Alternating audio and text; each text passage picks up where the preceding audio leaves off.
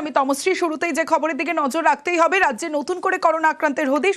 নতুন করে 11 করোনা রোগীর হদিশ। সর্দি জ্বর শ্বাসকষ্ট নিয়ে ভর্তি হাসপাতালে। আরো বিস্তারিত বলবে অভিজিৎ চন্দ্র, রয়েছে আমার সঙ্গে। অভিজিৎ।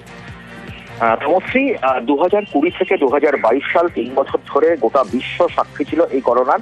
তবে এবার যে করোনা আক্রান্তের সংখ্যা যেটা জানা গেছে যে 11 জন, রাজ্যে এখনো পর্যন্ত 11 জন আক্রান্তের সংখ্যার পাওয়া গেছে, যার মধ্যে মূলত কলকাতাতেই 9 জন এবং দক্ষিণ 24 পরগনার মগরাহাটের 2 জন সেখানে করোনা আক্রান্ত। তবে এই 11 জনের মধ্যে ইএম বাইপাসের পাশে একটি বেসরকারি হাসপাতালে 6 জন ভর্তি রয়েছে।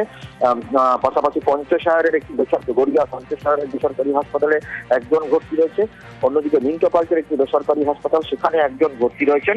এবং কাকুরগাছিতে একজন প্রসূতি, তিনি বাড়িতেই আক্রান্ত হয়েছেন, তিনি হয়েছেন। তবে কারোর ক্ষেত্রেই এটা অত্যন্ত আশাব্যঞ্জক যে কারোর ক্ষেত্রেই কিন্তু কোনো রকম আতঙ্ক বা ভয়ের কোনো কারণ নেই, এমনটাই জানিয়েছেন চিকিৎসকরা। খুব সাধারণ জ্বর, সর্দি কাশি হয়েছে, করোনা ভ্যারিয়েন্ট ধরা পড়েছে, তবে কোনো রকম ভয়ের বা আতঙ্কের কোনো রকম কারণ নেই, এমনটাই বলছেন চিকিৎসকরা। বেশ, আমাদের অ্যাডভাইসারি যেভাবে বলবে সেইভাবে আমরা বলব। কিন্তু আমি আপনাকে এইটুকু আশ্বস্ত করবো যে আমিও খোঁজ খবর রাখি, এখনো সেরকম ভয়ের জায়গায় কিছু নেই।